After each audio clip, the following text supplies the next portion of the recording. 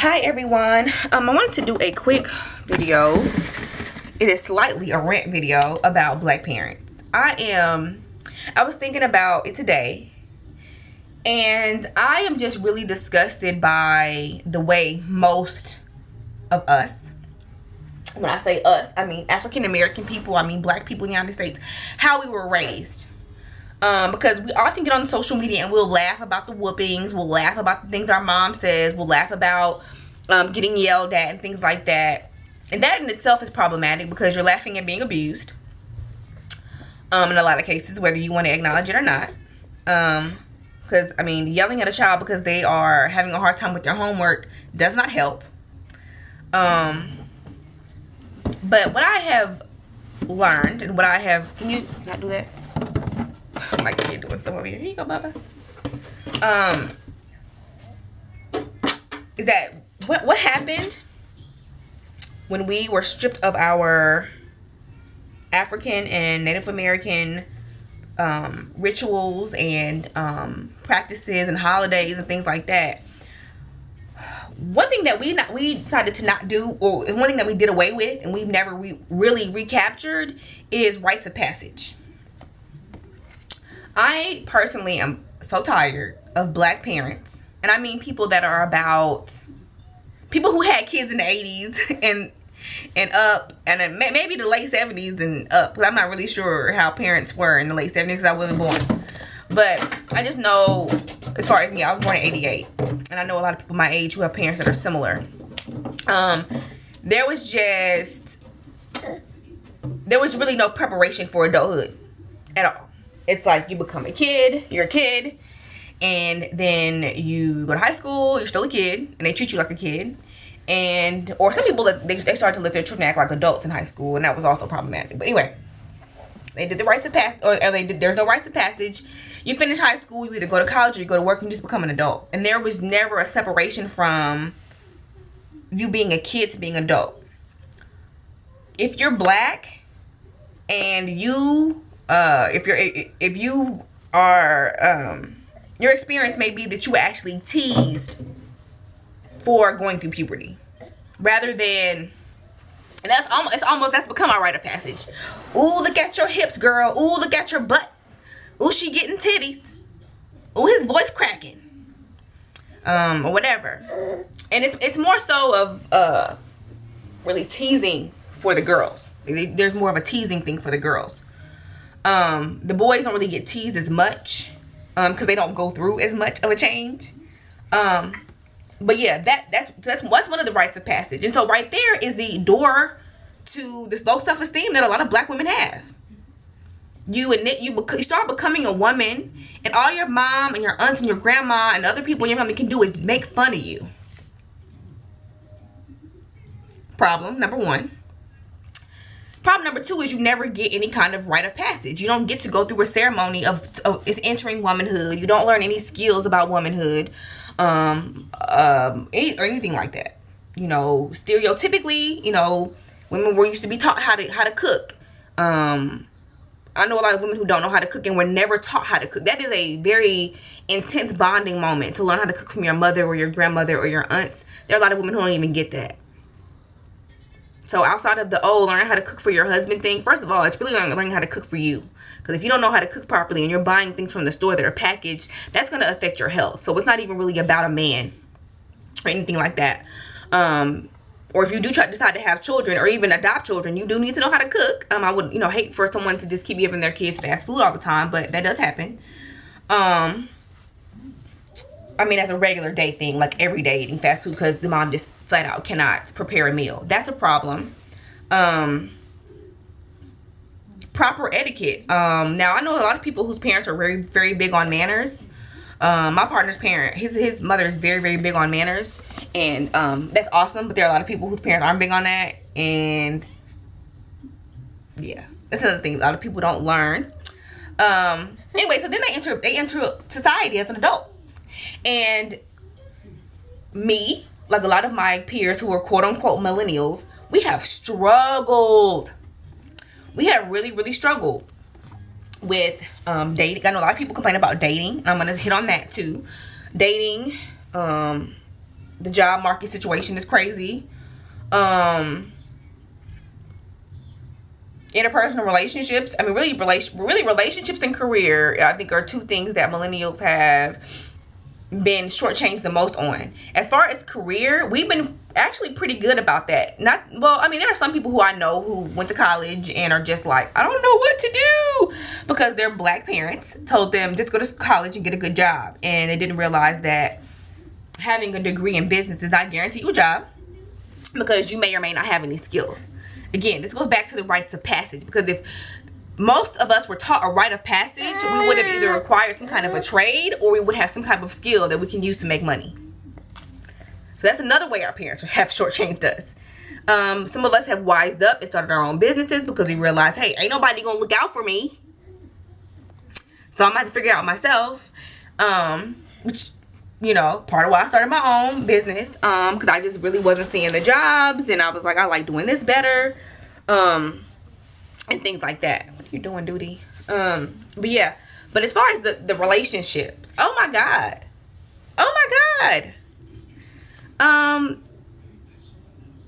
that most people's problems with relationships stem from their parents. That's just pure, like, common sense, really. It's probably a term for it, but what's going on with you? Okay? What's going on with you when you're in this stage, when you're in this realm of knowledge, strongly determines your behavior, and your personality and how you are as a person. I've discussed before about how mothers not being allowed to stay home, at least for the first 1 to 3 years, is extremely problematic for children and their psychological development. Babies, they can't tell you, but they know when you leave them with someone else. They know. And it does do something to them. There is they know, oh, I'm being taken away from my mommy, I'm being taken away from my dad. They know that. And it does affect them emotionally and psychologically. So that's number one. We already have this maternal and infant separation. And that, honestly, to me, is the worst thing ever. Like, that is the root of a lot of the problems in this country, period. Not just black people. That's a national problem. But it does affect us and those who are in poverty more, because you are being forced to just work to take care of your kid when you don't really even get to see your kid. So you're missing out on all of these opportunities to teach them these things that they need to know, which is probably what happened with a lot of our parents. They worked all the time, and their parents worked all the time. There was not time to pass down the things that are supposed to be passed down. This is why I am a huge proponent for moms staying home, women staying home if they can. But as far as relationships, one, if you don't see a positive relationship in your home, that does affect how you date. I do know a lot of my peers who got married, and are in healthy marriages. Most of their parents are still married, or they have a stepfather or stepmom that their mom or dad has been married to for a very long time. They've seen a stable relationship. Some of us have not had the opportunity to see that, and that does explain a lot of the things that why we are in the way we are. But as far as relationships, we just aren't, like, first of all, it's not even encouraged. That's number one. It's not encouraged to get married. Some people, depending on your family, may even encourage promiscuity amongst the males. They may shame the woman's body parts so much that she thinks that sex is like something she doesn't even want to do. And again, once we become adults, this doesn't work. Teaching men to just smash everything they see, and then teaching women, oh, don't do anything. Or, if you do it, keep it on the low. Or the best one, just don't get pregnant.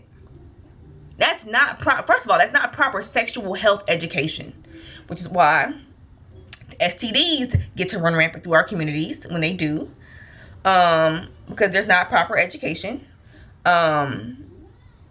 Teen pregnancy has decreased in the black community, but again, when we were having that problem, education, and I think a lot of black parents also depend on the schools to teach their kids stuff. This is why you need to be home, woman. Because you're supposed to be teaching your kids that. You are. Or even dads that work from home. Like, that's the parents' job to teach their kids that. It's not the school's job. Some of the schools do that, but then they want to tell them abstinence only, and they leave out a lot of pertinent information that they need to know. I mean, it's women who don't. There are women who do not understand their body parts. Okay? As far as relationships, your mother and father should have trained you, like, on how to take care of yourself so that you can be a good mate to someone else if you so choose. Black mothers not teaching their daughters how to do their hair, not teaching their daughters about hygiene, not teaching their daughters about their bodies, and femininity and womanhood, problem. Do you know how many black women I've met who tell me they don't know how to do their own hair? They only wear weaves, they only wear braids, or they went and locked their hair because their mom never taught them how to do their hair. That is the most ludicrous thing I have ever heard in my life. Like, it is ridiculous.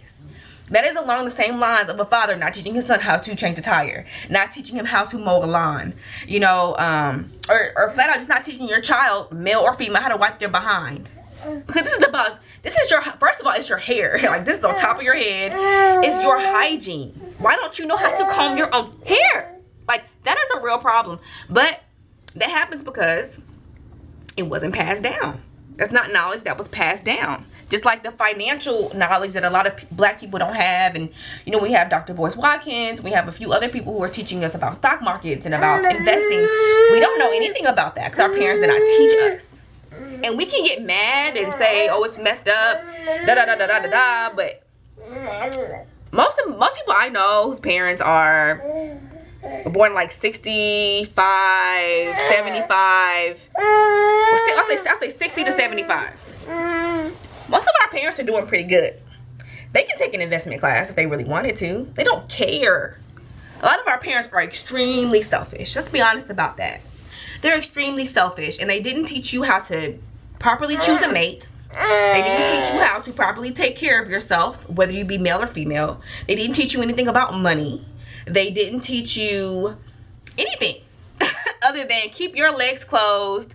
Don't talk back to me. It's always been that. The attitude, the anger, the name calling. Do you know how many people their parents called them names even now, or as a child they did? And then we always want to wonder, well, what's wrong with black men? What's wrong with black women? We are a result of about 4 generations removed from slavery. That is what's wrong with black people. And until you just acknowledge that there has been so much psychological damage that has been passed down generationally, there's always going to be an excuse as to why black people are the way they are. They need to do this, they need to do that. It's the parents. It's the parents. Most of our parents want to coon. Be honest, be real about that. They want to coon. They want to go to church and spend all of their money at church and not leave you nothing. That's part of why we don't have any money in our communities. It's because our parents gave all of the money over to church. That's why mama couldn't afford to send you to school, boo-boo. Because she gave all of the money to TD Jakes. We have to be real about that. Like, we have to just stop with the junk. Like, stop with the, well, that's my mom, I'm not going to disrespect her. You don't have to disrespect her to acknowledge that my mom never sat down with me and had a period talk with me. That's not disrespect. That's a fact. My dad never came to see me. That's a fact. And just, you know, acknowledge that. And this is why I'm a huge proponent for therapy. I think a lot of us, black people, African American people, Moorish people, Native people, we need therapy for what we have had to endure in this country. We need therapy because most of us were not raised properly.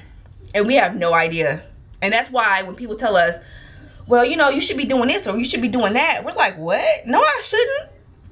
My mama ain't tell me to do that because your mom probably didn't know what she was doing. Because didn't nobody teach her. Because her mom was at work all the time. And then her mom was at work all the time. And they didn't teach you nothing other than, you know, don't talk back, don't say the word lie, and that's it. They didn't teach you nothing else. And we have to just be real about that. And be real about, maybe that's why, you know, a lot of us are behind. Because how do you compete with somebody that was given $100,000 upon graduation of high school, college was paid for, they had a trade, and her dad was able to hire them at the local business? You can't, because you weren't given anything. That is, I feel like that's the hugest thing that black parents have missed out on, is that they have not passed anything down for their children to keep. Financially, there's no, like, there's definitely no generational wealth. And that, is, of course, has a lot to do with slavery and white supremacy. All of this has to do with slavery and white supremacy. But we are just so disadvantaged. And we have to hold our parents accountable for that. For a lot of things. We have to.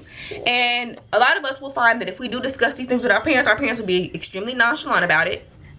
They may even laugh about it. Because then, like I said, they were definitely raised, a lot of our parents, not all, just to be very, very selfish. And if you don't believe me, think about all the times your mom has been like, I feed you, I clothe you, shut up. You know, or anything, or any kind of variation of that. That's not all a child needs. A child needs emotional development. A child needs love. A child needs attention. A child needs care. A child needs proper instruction. A child needs to learn how to do certain things. Like, for instance, my son, both of my sons, will be going on a camping trip. When they become of age, they will learn how to hunt. They will learn how to fish. They will not be in a predicament where, oh my God, like, what am I going to do? I live in the woods. No, they're going to know what to do in the woods. They're going to know what to do in the woods.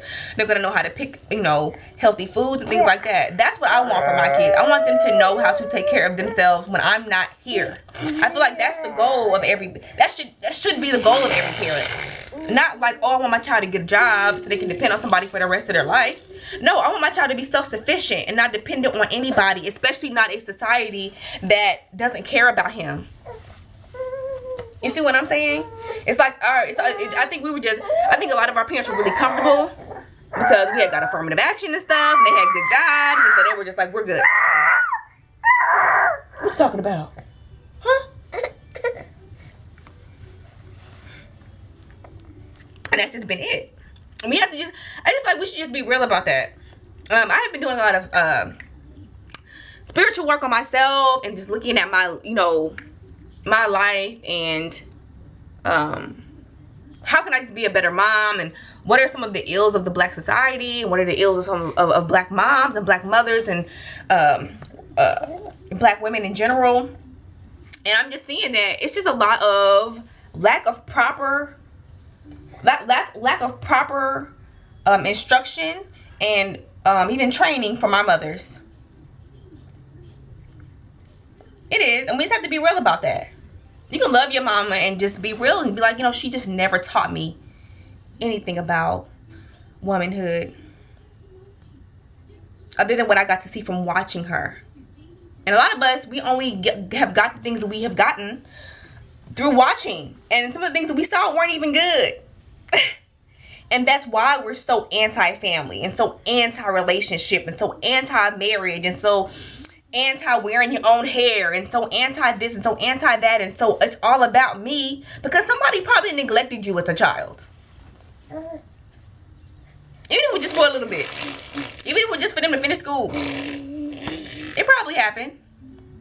Because, I mean, there's been no crutch. There's been no kind of, oh, here's your reparation money so you can try to start your business. No, you have to go work for somebody else first and get some money if you don't have nothing.